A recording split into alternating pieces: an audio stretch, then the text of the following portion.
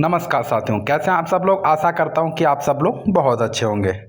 तो साथियों, आज साइंस का क्लास लेके मैं आप लोगों के सामने फिर से हाजिर हूं। और साथियों, ये साइंस के 15 वर्षों के प्रीवियस ईयर क्वेश्चन और साथियों जो एनसीईआरटी बेस्ड क्वेश्चन है वो मैं आप लोगों के सामने लेकर के आया हूँ साथियों। तो आप लोग साथियों हमारे चैनल पर बने रहिए। और साथियों, अगर आप लोगों को हमारा सेशन अच्छा लग रहा है तो चैनल को सब्सक्राइब जरूर कीजिएगा, वीडियो को लाइक और शेयर करना मत भूलिएगा। तो चलिए साथियों, पहले क्वेश्चन से हम स्टार्ट कर देते हैं। संवेग में क्या होता है? जी हाँ, आपको बताना है कि संवेग में क्या होता है। तो साथियों, यह आप लोग जो है अपनी माँ के नाम से साथियों कमेंट बॉक्स में इसका आंसर जो है टाइप कर दीजिएगा साथियों। और मैं जो है दुआ करता हूँ साथियों, माँ बाप का आशीर्वाद आप पर बना रहे और साथियों 2025 में आप लोगों का सिलेक्शन हो जाए, मैं बस यही दुआ कर सकता हूँ साथियों। चलिए नेक्स्ट क्वेश्चन पर आते हैं हम।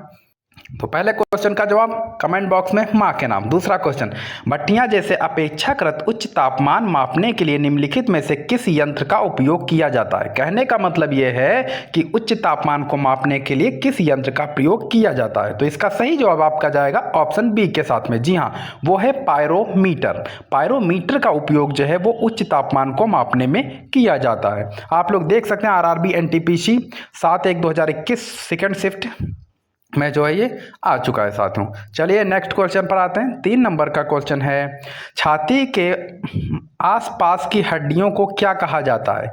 ये क्लास आप लोगों की साथियों इंपॉर्टेंट होने वाली है क्योंकि ये एनसीईआरटी बेस्ड और साथियों प्रीवियस ईयर के मोस्ट इंपॉर्टेंट क्वेश्चन है। तो आने वाले एग्जाम में ये क्वेश्चन जो है बहुत ज़्यादा संभावना बन जाती है कि ये क्वेश्चन आप लोगों के एग्जाम में फंसेंगे। और इसके साथियों अगर पीडीएफ चाहिए तो वो हमारे टेलीग्राम चैनल पे मिल जाएगी साथियों, वहाँ से आप लोग प्राप्त कर सकते हैं। छाती के आसपास की हड्डियों को क्या कहा जाता है? कहने का मतलब ये है कि छाती के आसपास की हड्डियों का नाम क्या है? तो इसका सही जवाब है आपका ऑप्शन सी, रिब्स। जी हाँ, छाती के आसपास की हड्डियों को रिब्स के नाम से जानते हैं। नेक्स्ट क्वेश्चन पर आते हैं। 4 नंबर का क्वेश्चन है, मानव शरीर की सबसे लंबी हड्डी कौन सी है? मानव शरीर की सबसे लंबी हड्डी जो होती है वो फीमर होती है, जांग की हड्डी। और साथियों सबसे मजबूत हड्डी हमारे शरीर में जबड़े की होती है और सबसे छोटी हड्डी जो हमारे शरीर में होती है वो कान की होती है, जिसको हम स्टेपीज के नाम से जानते हैं। नेक्स्ट क्वेश्चन पर आते हैं। 5 नंबर का क्वेश्चन है, गुणसूत्र किससे संबंधित है? मतलब गुणसूत्र किससे संबंधित है? श्वसन, स्वांगीकरण, आनुवांशिक लक्षणों के संचारण से या फिर पोषण से? तो जो गुणसूत्र होते हैं वो आनुवांशिक लक्षणों के संचारण से संबंधित होते हैं। नेक्स्ट क्वेश्चन पर आते हैं। 6 नंबर का क्वेश्चन है, निम्नलिखित में से कौन सी ऊष्मीय ऊर्जा की इकाई नहीं है? इसमें एक नहीं, ये साथियों आप लोग क्या होता है कंफ्यूजन सबसे ज़्यादा यहीं पे होता है, जो ये नहीं होता है। और ये नहीं इसीलिए रखा ही जाता है ताकि आप कंफ्यूज हों और आंसर गलत कर सकें। साथियों मैं आप लोगों के सामने ना 10,000 क्वेश्चन में करवाने वाला हूं एनसीईआरटी बेस्ड और प्रीवियस ईयर। और साथियों आप यकीन मानिए उन 10,000 अगर आप लोगों ने पढ़ लिया, और ऐसा नहीं कि सिर्फ पढ़ लिए एक बार पढ़ने से नहीं होता साथियों। आप कोई भी टॉपर का पढ़िए, वो हमेशा यही कहता है कि मैंने एक बार नहीं, एक चीज़ को 20 बार रिपीट किए।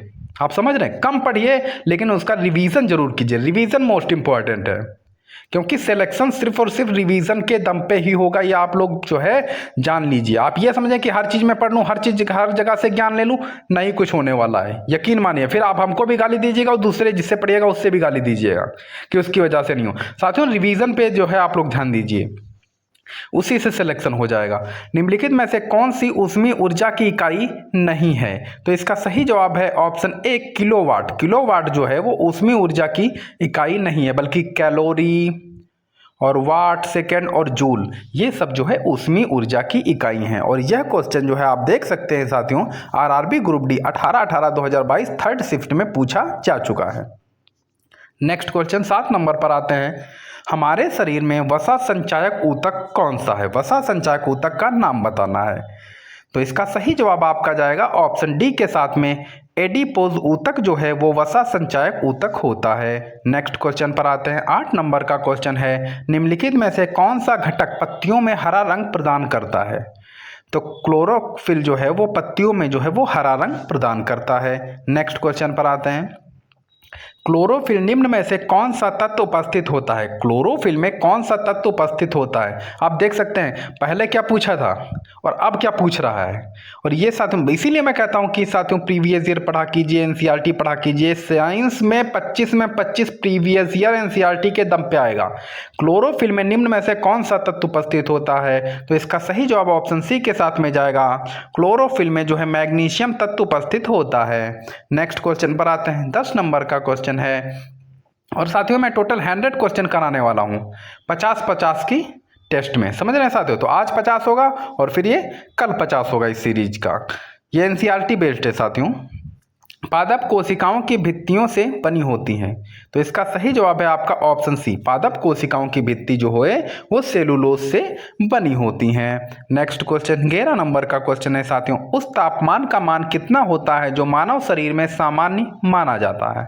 तो इसका सही जवाब जाएगा आपका ऑप्शन सी 98.6 डिग्री फ़ारेनहाइट और 37 डिग्री सेल्सियस होता है। नेक्स्ट क्वेश्चन है किस ताप पर जल का घनत्व अधिकतम होता है? इंपॉर्टेंट क्वेश्चन है, आने की संभावना है। तो इसका सही जवाब जाएगा ऑप्शन सी के साथ में 277 केल्विन। कितना? 277 केल्विन पर जो है पानी का घनत्व अधिकतम होता है। नेक्स्ट क्वेश्चन है साथियों 13 नंबर का।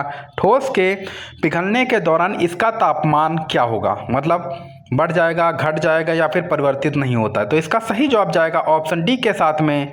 ठोस को पिघलने के दौरान इसका तापमान जो है परिवर्तित नहीं होता है। नेक्स्ट क्वेश्चन पे आते हैं। और साथियों अगर सेशन अच्छा लग रहा है तो चैनल को सब्सक्राइब, वीडियो को लाइक और शेयर जरूर कीजिएगा।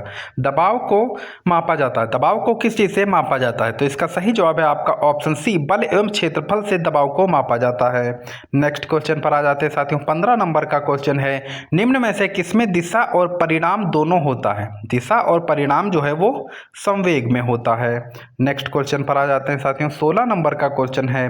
रदरफोर्ड परमाणु मॉडल में अल्फा कण प्रक्षेपित किए जाते हैं। मतलब परमाणु मॉडल में अल्फा कण किस चीज पर अपेक्षित किए जाते हैं? तो इसका सही जवाब जाएगा ऑप्शन ए के साथ में, वो स्वर्ण पर किए गए थे। नेक्स्ट क्वेश्चन है 17 नंबर का। जहाज़ों में क्या मापने के लिए इकोलोशन का उपयोग किया जाता है? तो जहाज़ों में पानी की गहराई को मापने के लिए इकोलोकेशन का प्रयोग किया जाता है। नेक्स्ट क्वेश्चन पर आते हैं। 18 नंबर का क्वेश्चन है। कौन सा परमाणु या उप परमाणु कण नहीं है? फिर से नहीं, यहीं पे कंफ्यूजन होना है आप लोगों के साथ। ज़्यादा टाइम नहीं चाहिए, क्वेश्चन पढ़ना है और जो है आंसर देना। मतलब 5 मिनट में 25 क्वेश्चन होने चाहिए, 5 मिनट में इतना रिवीजन कर लीजिए। सिलेक्शन से कोई रोक दे 2025 में तो बताइए कौन सा परमाणु का उप परमाणु कण नहीं है? तो इसका सही जवाब है आपका ऑप्शन ए, वो है जीनॉन। नेक्स्ट क्वेश्चन पर आते हैं। 19 नंबर का क्वेश्चन है। न्यूट्रॉन को छोड़कर सभी परमाणुओं में मौजूद है। आपको बताना है कि न्यूट्रॉन को छोड़कर सभी परमाणुओं में मौजूद है। तो इसका सही जवाब है आपका ऑप्शन बी, वो है हाइड्रोजन। साथियों आप देख सकते हैं आरआरबी ग्रुप डी 1/10/2018 को पूछा गया और यही 25/9/2018 को पूछा गया। आप देख सकते हैं ना साथियों कितना इंपॉर्टेंट क्वेश्चन हो जाता है। इसीलिए कहता हूं कि क्लास को पूरा देखा कीजिए साथियों। और 25 में 25 नंबर दिलाऊंगा साथियों, साइंस में 25 में 25, ये मेरा वादा है। गतिशील वस्तु की गतिज ऊर्जा किस पर निर्भर करती है? तो गतिशील वस्तु की जो है गतिज ऊर्जा जो है वो द्रव्यमान और उसके वेग पर निर्भर करती है। नेक्स्ट क्वेश्चन पर आते हैं। 21 नंबर का क्वेश्चन है। त्वरण की एसआई इकाई क्या है? त्वरण की एसआई इकाई क्या है? त्वरण की एसआई इकाई मीटर सेकंड स्क्वायर है, माइनस स्क्वायर है। तो इसका देखो आप लोग साथियों, देख सकते हैं ये साथियों कितना इंपॉर्टेंट है। देखिए 2018 में ही आया हुआ है, 3 बार आया हुआ है, 24, 11, 19। कितना इंपॉर्टेंट हो जाता है। नेक्स्ट क्वेश्चन पर आते हैं। हाँ, जिन उप परमाणु कणों के सामान्य कण परमाणु कणों से विपरीत गुण होते हैं उन्हें किस नाम से जाना जाता है? तो इसका सही जवाब है आपका ऑप्शन बी, उन्हें प्रतिकण के नाम से जाना जाता है। नेक्स्ट क्वेश्चन पर आ जाते हैं साथियों। दबाव की एसआई इकाई क्या है? Very very very most important. ये मैं 100% कह सकता हूँ, मैं आप लोगों को लिखित दे सकता हूँ। क्वेश्चन इस बार में ये फंसेगा 100%। दबाव की एसआई इकाई क्या है? इसका सही जवाब जाएगा न्यूटन प्रति वर्ग मीटर जो है वो दबाव की एसआई इकाई है। अब आप ये देखिए कितनी बार आया हुआ, और ना यकीन हो स्क्रीनशॉट लीजिए और सर्च कीजिए। एनटीपीसी ग्रुप डी देख लीजिए, जेई हर जगह पे आया हुआ साथियों, मैं बता रहा हूँ कि इंपॉर्टेंट क्लास है आप लोगों की। जेम्स चैडविक ने किस उप परमाणविक कण की खोज की थी? तो इसका सही जवाब है आपका ऑप्शन डी, उन्होंने न्यूट्रॉन की खोज की थी। नेक्स्ट क्वेश्चन पर आते हैं, 25 नंबर का क्वेश्चन है, इलेक्ट्रॉन के समतुल्य प्रतिद्रव कणों को कहा जाता है? तो उनको कहा जाता है पॉजिट्रॉन। क्या कहा जाता है? वो पॉजिट्रॉन कहा जाता है।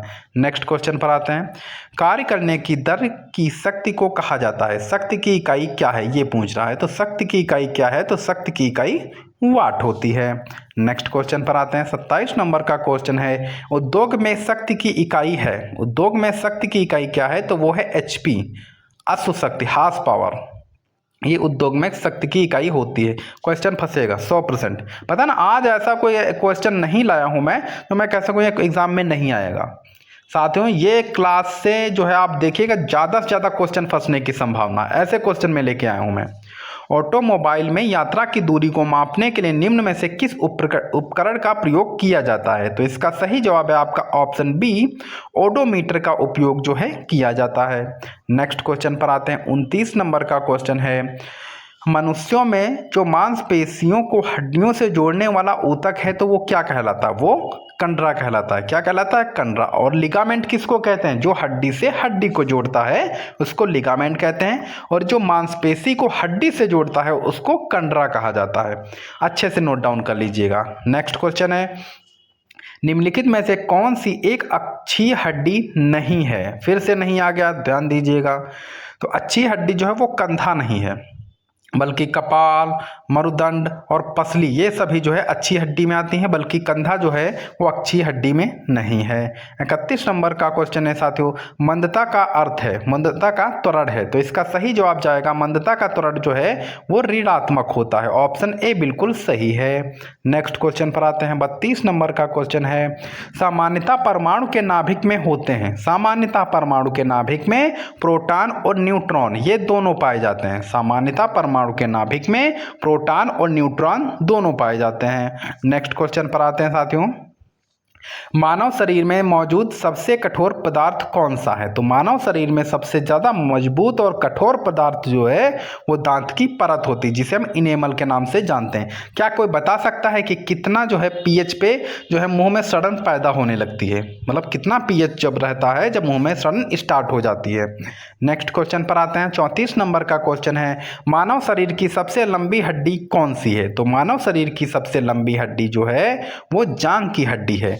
नेक्स्ट क्वेश्चन पर आते हैं, 35 नंबर का क्वेश्चन है। और साथियों मैं दिन रात मेहनत कर रहा हूँ, अगर सेशन अच्छा लग रहा है तो साथियों एक ही रिक्वेस्ट है, एक सब्सक्राइब आप लोग कर दीजिए और एक लाइक, एक शेयर जरूर कर दिया कीजिए साथियों। अगर सेशन अच्छा लग रहा है साथियों तो कमेंट बॉक्स में गुड टाइप कर दीजिए। थैंक यू मत टाइप कीजिए, कोई बात नहीं, थैंक यू मत बोलिए, लेकिन हाँ गुड टाइप कीजिए। थैंक यू उस दिन बोलिएगा जिस दिन 25 में 25 ले आइएगा हमारी क्लास से।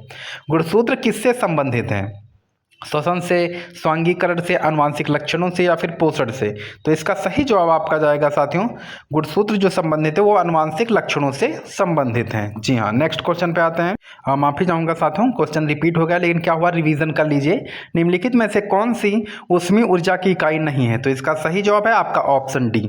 चलिए नेक्स्ट रिवीजन कर लेते हैं, ये भी साथियों रिपीट हो गया लेकिन इंपॉर्टेंट क्वेश्चन है, ये मैं दावा करता हूँ साथियों।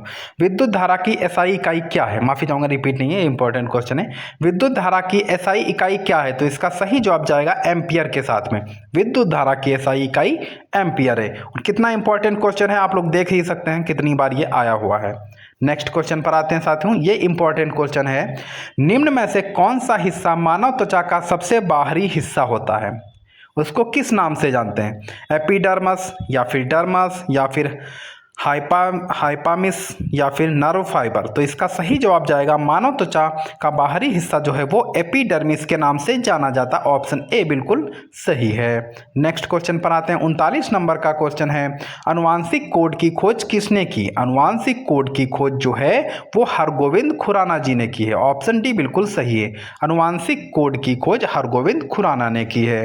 नेक्स्ट क्वेश्चन पर आते हैं, 40 नंबर का क्वेश्चन है, रक्त परिवहन की खोज किसने की है? जी हाँ, रक्त परिवहन की खोज जो है किसने की? विलियम हार्वे, जोसेफ ऑस्टिन या फिर एडवर्ड जेनर या फिर Landsteiner? Very very most important question है, फंसेगा। मैं बता रहा हूँ आज की क्लास बहुत ज़्यादा इंपॉर्टेंट है। तो साथियों शेयर जरूर कर दीजिएगा। रक्त परिवहन की खोज किसने की थी? तो इसका सही जवाब है आपका ऑप्शन ए, विलियम हार्वे ने रक्त परिवहन की खोज की थी। नेक्स्ट क्वेश्चन पर आते हैं। 41 नंबर का क्वेश्चन है, हाइड्रोजन को तत्व के रूप में किसने खोजा था? जी हाँ, तो इसका सही जवाब जाएगा आपका हेनरी कैवेंडिश ने। हेनरी कैवेंडिश ने हाइड्रोजन को तत्व के रूप में खोजा था।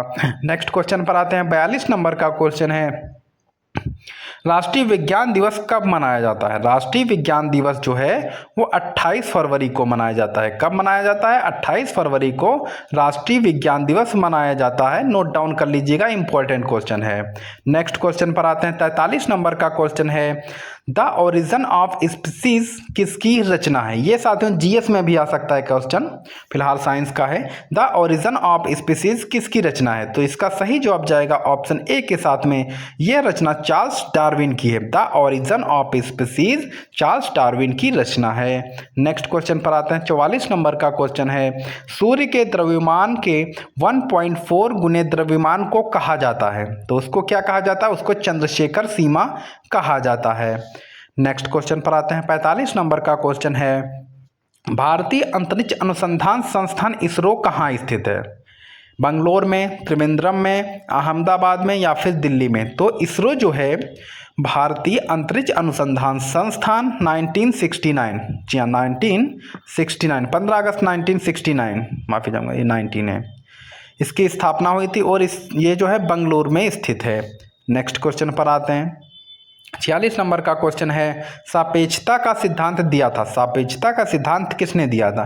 तो सापेक्षता का सिद्धांत जो है वो आइंस्टीन ने दिया था। नेक्स्ट क्वेश्चन पर आते हैं। इंपॉर्टेंट क्वेश्चन है, केंद्रीय औषधि अनुसंधान संस्थान कहाँ है? मैंने वन लाइनर में कराया हुआ है, अगर नहीं है तो आप लोग वीडियो देख लीजिएगा, वो वीडियो भी वन लाइनर की 10 मिनट्स हो, काफ़ी इंपॉर्टेंट है। केंद्रीय औषधि अनुसंधान संस्थान कहाँ अवस्थित है? तो इसका सही जवाब है आपका ऑप्शन ए, वो गुड़गांव में स्थित है। नेक्स्ट क्वेश्चन पर आते हैं। मानव विकास का अध्ययन क्या कहलाता है? तो मानव विकास का अध्ययन जो है एंथ्रोपोलॉजी कहलाता है। जी हाँ, मानव विकास का अध्ययन एंथ्रोपोलॉजी। और न्यूथोलॉजी क्या कहलाता है? कमेंट बॉक्स में बताइएगा। नेक्स्ट क्वेश्चन पर आते हैं। केंद्रीय वनस्पति अनुसंधान संस्थान कहाँ स्थित? ये भी साथियों लखनऊ में स्थित है। औषधि और वनस्पति ये दोनों लखनऊ में स्थित हैं। नेक्स्ट क्वेश्चन पर आते हैं। 50 नंबर का और इस सीरीज का अंतिम क्वेश्चन पर आते हैं साथियों। और आगे 50 क्वेश्चन जो है मैं नेक्स्ट वीडियो अगले दिन में लेकर के आ रहा हूँ। स्वप्नों का अध्ययन क्या कहलाता है? स्वप्नों का अध्ययन जो है वो ऑर्नियोलॉजी कहलाता है। ऑर्नियोलॉजी जो है वो सपनों का अध्ययन कहलाता है साथियों।